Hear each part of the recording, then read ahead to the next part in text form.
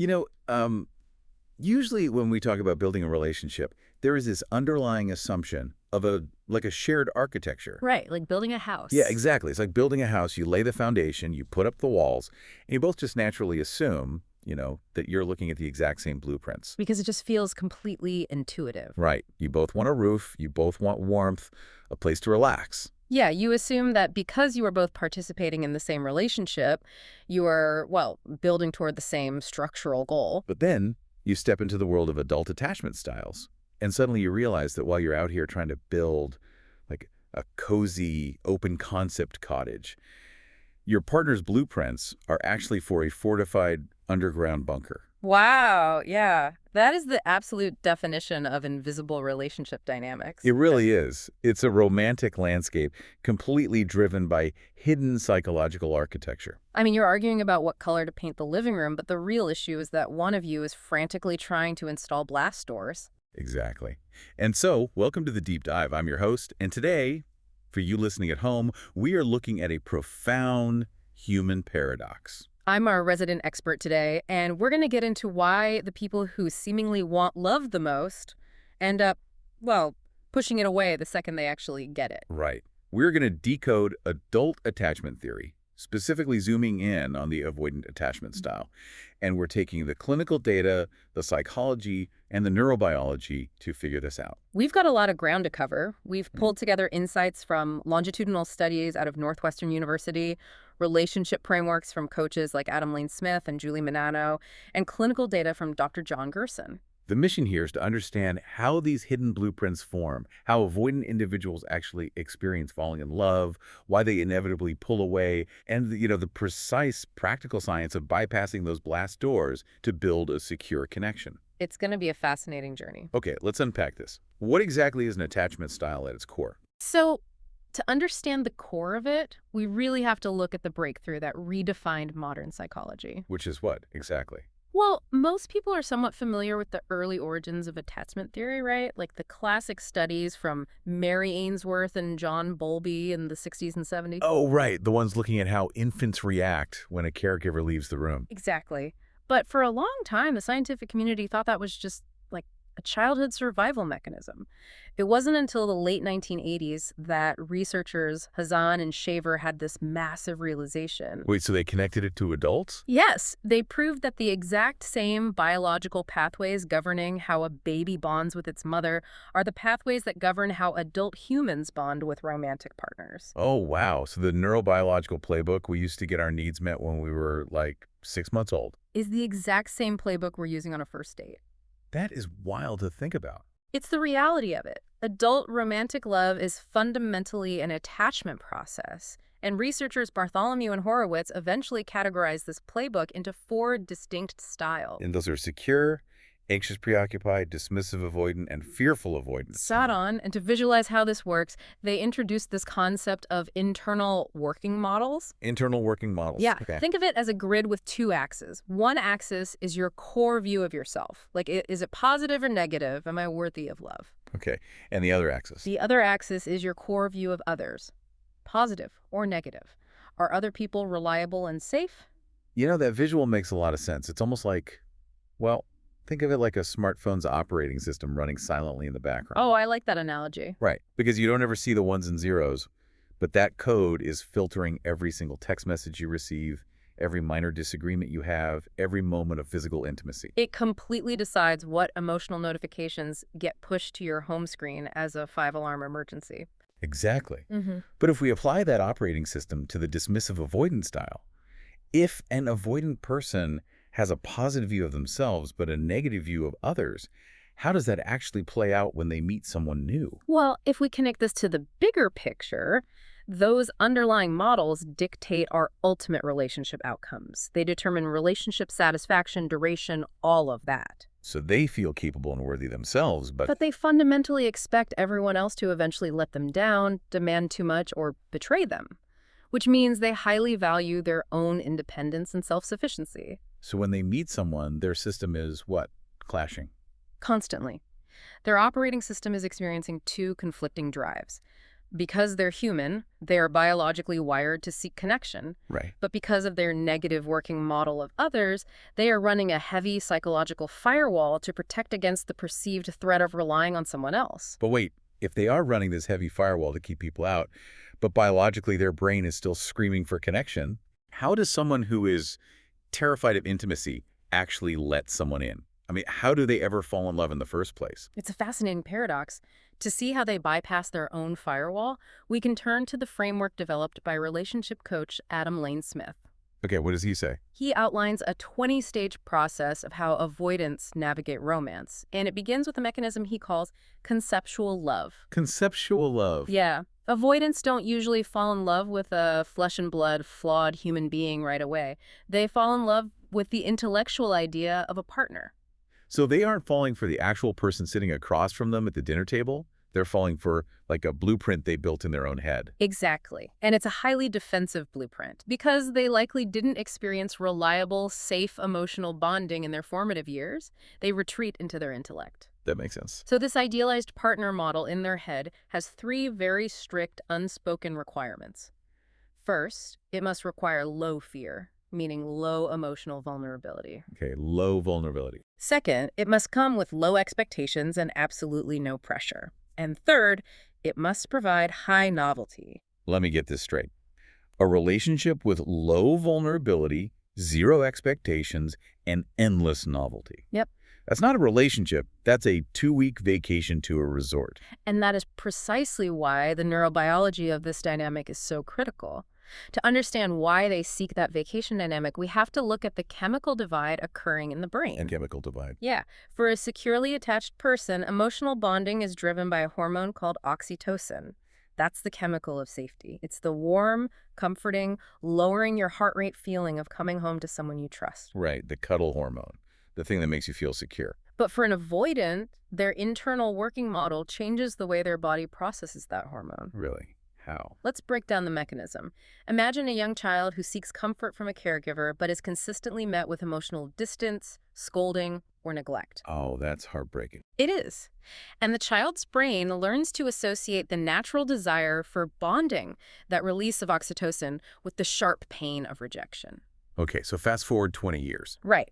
When a romantic partner offers them a warm, safe, intimate moment, their nervous system literally registers that oxytocin release as a threat. You're kidding? No, their brain says, danger! You are getting comfortable. You are about to let your guard down, and that is exactly when you get hurt. Wow, so oxytocin is a biological red flag for them. Right. If they can't run on the hormone of secure attachment, what is fueling their romantic interest? Dopamine, the reward chemical. Of course. The thrill of the chase, the excitement of a new puzzle, a physical rush. Instead of oxytocin, their early romantic experiences run almost entirely on dopamine.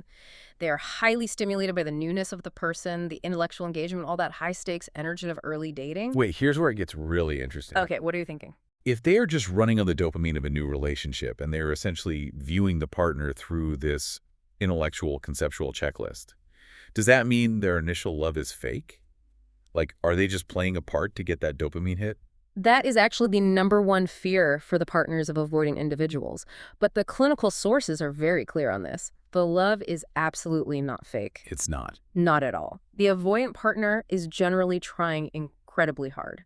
They're showing up, making plans, genuinely investing in the connection, trying to be a provider or a protector. The crucial distinction isn't the authenticity of the love, it's the fuel source of that love. Ah, because if your engine is running on the dopamine of new stimulation rather than the oxytocin of deep attachment, that fuel inherently has an expiration date. Exactly. Novelty, by its very definition, cannot last forever. Right. The intellectual puzzle gets solved. The shiny new mystery fades because the partner becomes a real, everyday human being with bad moods, stressful work days, and emotional needs.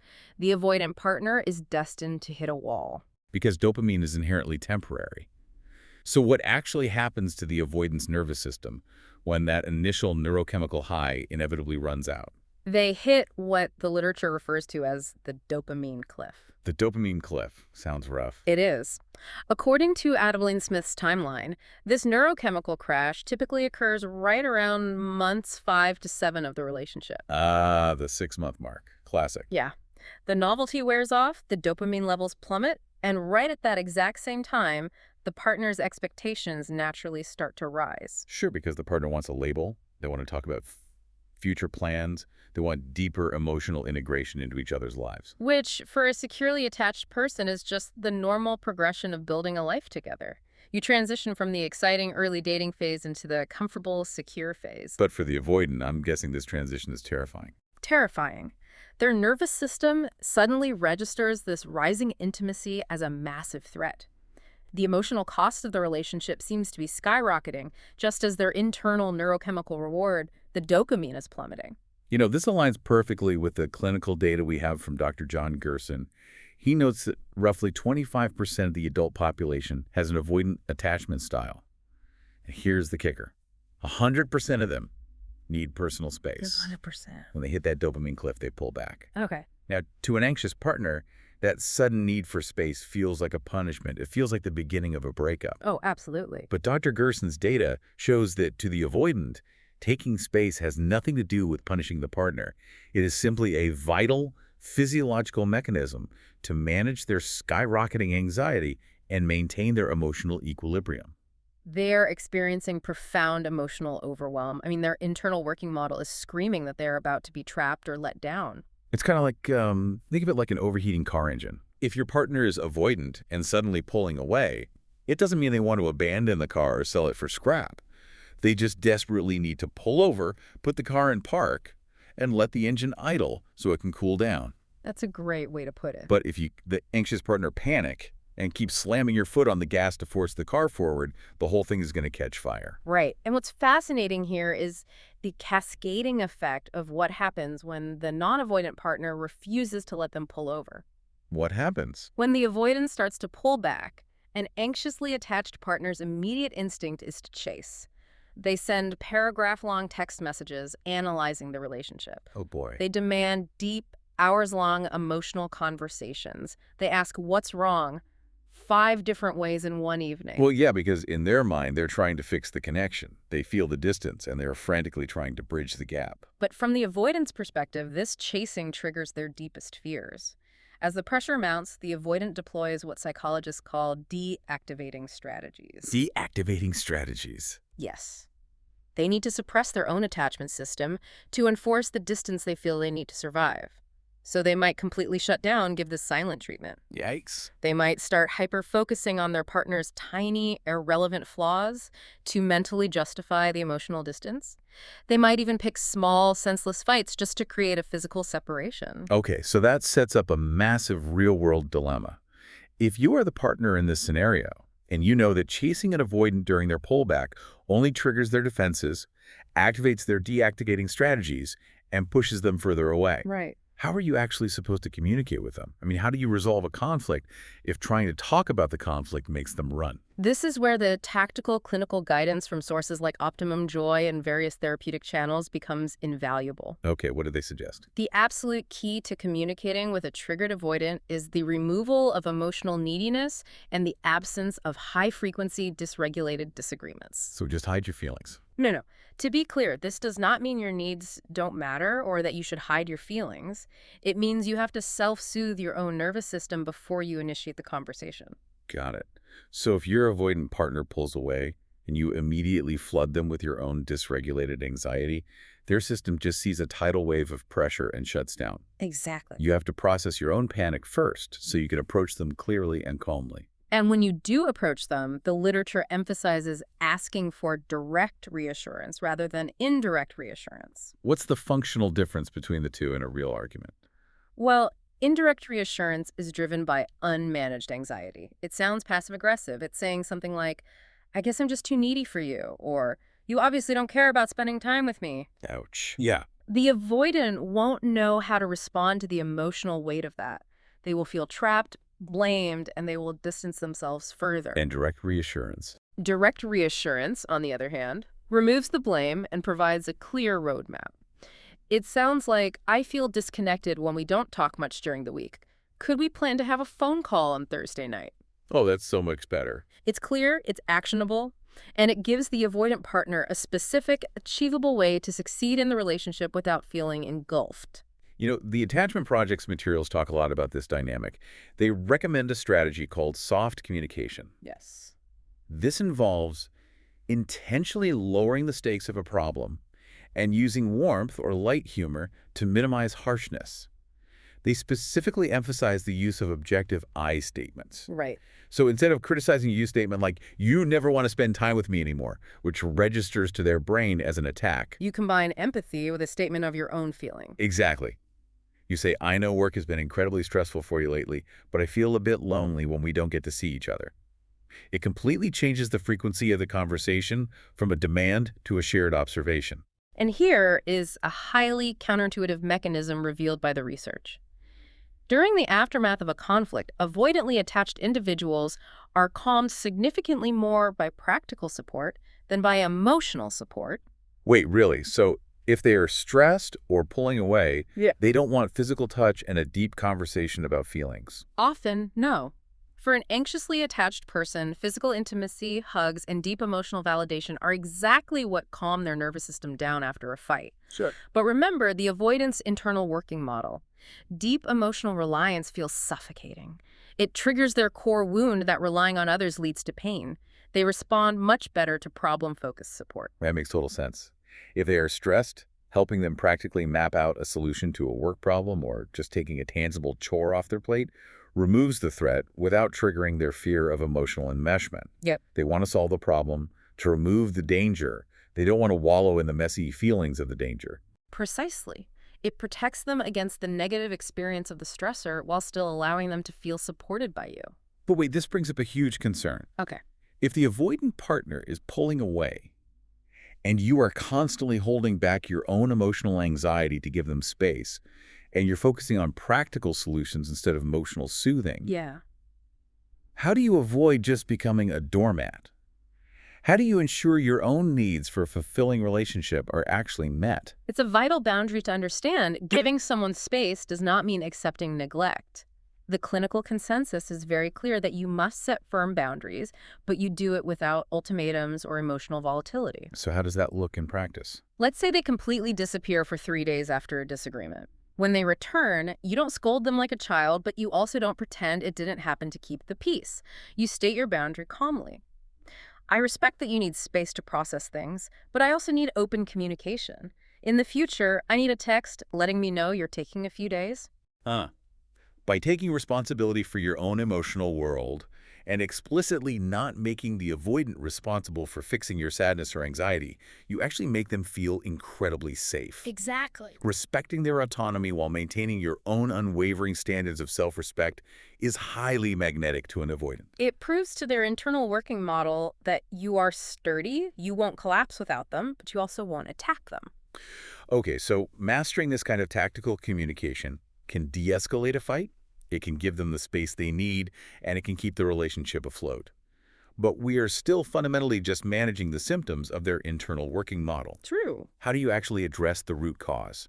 How do you change an insecure attachment style into a secure one permanently? Well, it requires a deep understanding of what actually repairs those broken models over the long term.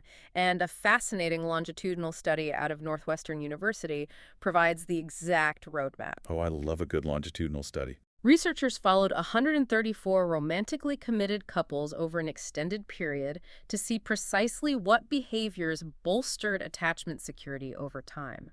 And what makes the study brilliant is that they discovered anxious and avoidant people require completely different psychological medicines to heal. Because they have different broken blueprints. So how did the researchers track this? They looked at specific partner behaviors and measured how those behaviors affected attachment anxiety and avoidance over the months. Remember Bartholomew and Horowitz's grid? A self and others grid. Right. For an anxious person, their working model of others is positive, but their working model of self is negative. They feel inherently unworthy of love and fear abandonment. The Northwestern study found that to reduce that anxiety over the long term, these individuals need what they call perceived goal validation. Meaning what, practically? It means a partner who actively encourages their personal goals, their career ambitions, and their independent pursuits. When an anxious person feels supported in achieving things outside the relationship, it slowly fills in that gap in their negative self-view. They build self-esteem, which makes them less frantically dependent on the partner over time. But for the avoidant, that strategy wouldn't work at all. Exactly. The avoidant already has a positive model of self. They already think they are capable. Validating their goals doesn't fix their core issue because they already know they can achieve things on their own. Right. Their broken mechanism is their negative model of others. They don't trust anyone to be there for them. The study proved that to reduce avoidant attachment over time, the singular, unique predictor of success was trust. But trust isn't something you can just declare. You can't just say, trust me, and fix their nervous system. No, trust has to be demonstrated behaviorally. It means experiencing a partner as predictably available and consistently dependable over a long period. Showing up exactly when you said you would, regulating your emotions during conflicts, and proving time and time again that their core assumption that people will eventually let them down is flawed. Which brings us to the neurobiological long game, referencing Adam Lane Smith's framework again. We talked about how the avoidance starts with the thrill of dopamine, and how the deep bonding of oxytocin actually feels threatening to them early on. Yes. Smith argues that you can't force an avoidant to run on oxytocin, but you can build a profound, unshakable bond through a third chemical pathway, vasopressin. Vasopressin is often referred to as the loyalty hormone. If dopamine is the spark that starts the fire and oxytocin is the warm blanket, vasopressin is the mortar between the bricks. That's a powerful image. It isn't built through looking deeply into each other's eyes and talking about your childhood trauma. It is built through shared effort. Facing a challenge side by side. Exactly. Navigating a delayed flight together without losing your temper. Assembling a piece of complex furniture as a team. Solving logistical problems. For an avoidant, their nervous system learns that someone is truly safe, not through words of affirmation, but through repeated, reliable actions under stress. And Smith points out that this vasopressin building phase takes time. He estimates roughly 12 to 18 months of consistent patient work to build enough trust to override the avoidant firewall. It's a marathon. But the payoff of that patience is what psychologists call earned secure attachment. This is the incredibly hopeful realization that the brain is neuroplastic. It really is. Even if someone's childhood was chaotic, neglectful, or traumatic, they can literally rewire their neural pathways to become secure through a long-term relationship with an alternative support figure, whether that is a deeply patient romantic partner or a dedicated therapist. And clinical researchers have a very specific metric for identifying when someone has finally reached this earned secure status. It's not that they suddenly suffer amnesia and forget their painful past. It's that they are finally able to speak about their adverse childhood experiences in a coherent, clear, and emotionally balanced way. They've processed the trauma. The raw, disorganized distress that used to trigger their urge to flee has been replaced with a rational, integrated understanding of their own history. So what does this all mean? It sounds like you aren't trying to change who they are. You aren't trying to strip away their independence, their drive, or their self-sufficiency. No, never at all. You are just giving their nervous system a new tool. You're helping them build a peace mode to sit right alongside their default war mode. You're creating a safe harbor where they can finally, after a lifetime of hypervigilance, let their guard down. That is the ultimate triumph of earned security. They don't lose their autonomy. They simply gain the capacity to enjoy safe intimacy. If you've ever felt like your partner is a completely different person 6 months into the relationship than they were on the first date, this is exactly what's happening behind the scenes. We've mapped out the hidden internal working models that act as the silent operating system of our relationships. We covered a lot today. We did. We explored how avoidants fall in love through the intellectual blueprint and the thrill of dopamine, and why they inevitably hit that dopamine cliff and pull away when intimacy triggers their childhood alarms. We looked at the tactical communication required during that pullback, processing your own anxiety, using practical support instead of emotional suffocation, and setting clear boundaries. And the long game of vasopressin. Yes. How consistent trust and shared problem-solving can build a lasting vasopressin bond. For you listening, whether you identify as anxious, avoidant, or completely secure, understanding these mechanisms is profoundly empowering. It's about decoding the hidden scripts that govern human connection. When you truly understand the neurobiology and the childhood modeling driving someone's behavior, it allows you to stop taking the physiological reactions of others personally. That's the key. Their sudden need for space isn't an indictment of your worth or a rejection of your love. It's literally just their nervous system needing to cool down. We've talked extensively today about the mechanics of creating a safe environment for an avoidant partner and the immense patience required to help them build that peace mode. But consider this, if an individual's avoidant attachment style was originally forged as a vital, necessary survival mechanism to protect them in a deeply flawed childhood environment, at what point does asking them to shed that heavy armor for the sake of modern romance cross the line from encouraging healthy growth into demanding they surrender the very psychological defense system that kept them alive?